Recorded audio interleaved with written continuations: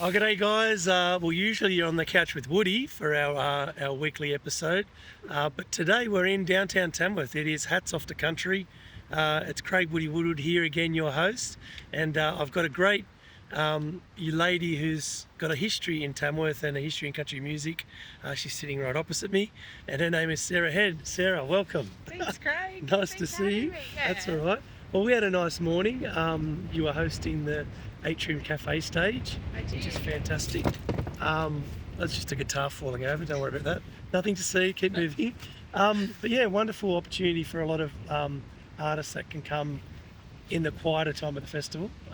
It's called Hats Off to Country, so obviously that's why we're rugged up out here in the park opposite the cricket ground. But on your life, I mean, I got to see a little bit of your songs today. They're great, and your voice is exceptional. So how did music bite you? How did it all begin when you started this journey in music?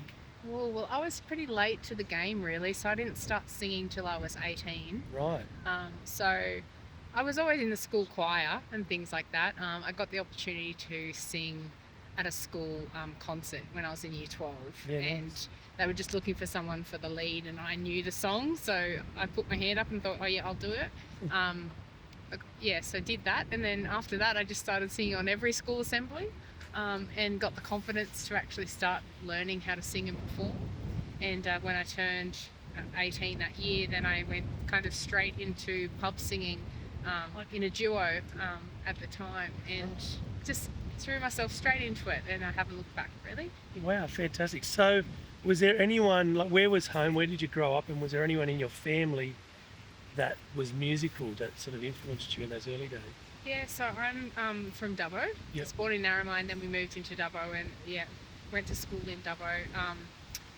My dad can play music by ear, the piano, so I think listening to him play the piano growing up was probably, um, a key moment for me. Wow, that's cool. Yeah, key memory.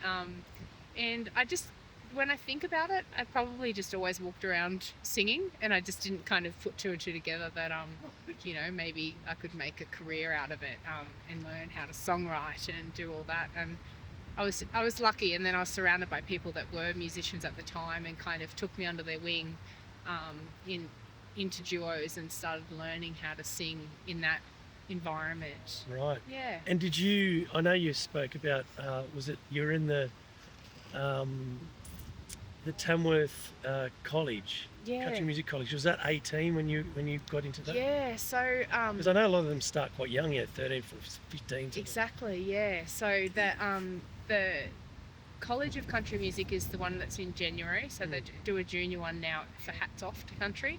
So I went to the one in January as a senior because Yep. at the time I was 18, and yeah, someone had recommended it to me, to try it, to go and learn more about songwriting and performing. So I threw my hat in the ring and I got selected to go that year, and I kind of just got into that world of. And I remember meeting a lot of people at the time that had been singing for years, and you definitely have that moment where you think, "Oh gosh, what am I doing? Am Yeah, I?" right, yeah. But you know what? I just gave it my all and gave it a shot, and we ended up writing songs, and I loved it. Yeah, so it Right. was a good outcome. So how much further down the track did you decide that country was for you, or was it always a conscious decision? Or, I mean, I kind of fell into it when I started. I mean, I was always listening to John Denver and sort of those classic country sort of people, but Yeah. not necessarily. It was more of a rock thing back in the 90s and whatever. And Keith changed my world. I heard Yes. Keith sing and play. And for you, was there an artist or an in particular? Was it just that you like the energy and the? I mean, it's a big family. It's as Andy Penko said to me, he goes, "It's a big dysfunctional family," Yeah, so true. Yeah. which I like. I think that's kind of quirky, Yeah. especially for us arty sort of people. Yeah. But what was your transition into knowing that country was your style? Yeah, well, I guess as I got older, I suppose when I was younger, I always listened to a lot of pop music. As I was getting older, I started to find people like the Dixie Chicks, Shania Twain, Miranda Lambert was a big influence. So that American country music scene, I really enjoyed that. And then I also, um, knew locally of Drew McAllister, Yeah, who went great to my singer. high school. Yeah, he's a lovely guy. So I knew Drew from high school, and I followed his career and his merger into McAllister Camp. Yeah.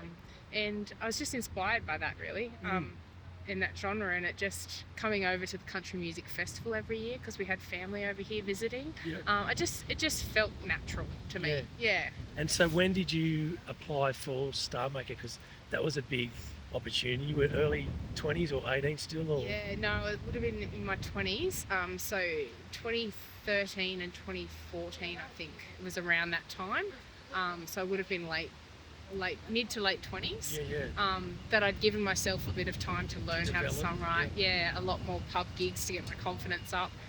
And then I gave Star Maker a shot, which was incredible, really. Like to get the chance to perform on the stage in front of thousands of people. Did a trek, did you? Yeah, it was the days where it was the performance at Trek, and then they selected the grand finalists at the end of the week to perform. So, yeah, I was lucky enough to get selected in the top 4 at the time. Great. And then we played at Bicentennial Park, and Wow. I'll never forget that moment. Yeah, that's great. And so have you released any music that you've got out there, or is it still sort of in the works, or what's happening with your original songs? Yeah, so my originals, I've put them all on Spotify and iTunes, so I've got 2 EPs out. One I recorded here in Australia with Simon Johnson. Simon was a really big support at the start of my career in he's a particular. great guy. Yeah, he's really good at nurturing Australian young musicians as well. So he was a really big help getting that EP out for me. And then after Star Maker, I got connections through that Star Maker experience to go and songwrite and record in Nashville. Wow. So I went over there for about 4 months. And I was going to say, that's when because you said that as well in your set today, you lived there for a while. Was that time? yeah.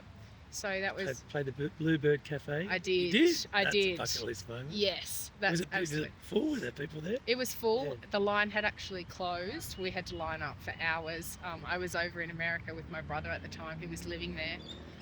And luckily enough, he got talking to the security guard in the line and explained that I was over from Australia songwriting, and they let me jump the queue and go in. So Yeah, so I got to... Did you see it or did you play? I played. You played? Yep. Wow. I got to play. I played a song that I'd written called Anywhere But Here. And yeah, it was incredible. That's amazing. Yeah. So was it that period of time you had your husband or your boyfriend at the time? Or, Yeah, yeah. And you decided to start a family? Is that when it sort of, you took a bit of a sabbatical or a That's time it. off? Yeah. Yeah, absolutely. So yeah, I've got 2 young kids. So they're 6 and 9 now, but when they were little in particular, I still did the occasional wedding or pub gig, but definitely the songwriting and performing as an artist as Sarah Head slowed down a lot. But now that they're that little bit older, I've definitely gotten back into it in the last sort of 2 years. Yep. And thinking about songwriting again and what's the next release and where to from here. Yeah. Oh, fantastic. So what's so you got some highlights already. I mean, you might have started professionally later, but you've made up for it in your 20s. And obviously, my thing for when I heard your voice, I definitely heard that kind of classic Nashville kind of timbre in your voice, that you could probably do all those Miranda Lamberts and things like that sort of stuff. So that's a big compliment, but that's Thank you. something that Australia doesn't have a lot of. We have a lot of songwriters and people like myself, but I don't really find as many Australian artists that want to be here doing it here that have that kind of sound. Is that something that you fell in love with, or was that something that evolved just the way your voice naturally comes out? Yeah, I think it evolved as I kind of started listening to more Nashville singers. I think being over there, getting the experience to write with Nashville songwriters, I probably got that sound by default, I guess. But it's everything to do with my singing and songwriting is all natural. I just That's how it kind comes of out. I just go with the flow and what I'm feeling at the time, and I'm lucky that occasionally it works. And Okay. So, all right, cool. Yeah. So what about if people want to know where Sarah is? Like, how do we find you? Do they just look up Spotify Sarah Head, or have you got a website, like a Sarah Head Yeah, website? so I've just got sarahhead.com.au, and then I'm on Spotify, Sarah Head, on Facebook and Instagram, Sarah Head Music. Okay, and where, for people locally, like if they want to see you, because you're not in Dubbo anymore, you're living in... Yes, I'm in Corinda now. Corinda, yep. Which is about 45 minutes from Tamworth. Yep. So I do regular shows around Tamworth, Corindai, and Scone kind of area. So Awesome. yeah. It's a nice, easy name to remember, Sarah Head. It's only been short and sweet, but she has got to get back to her family and her kids and her husband. So thanks for spending some time with me, and I look forward to seeing where you head for the next 12 months if you're jumping back in the pond. Yeah, thanks so much, Craig. My Thanks for pleasure. having me. Thanks, Sarah. Bye. Pleasure. See ya.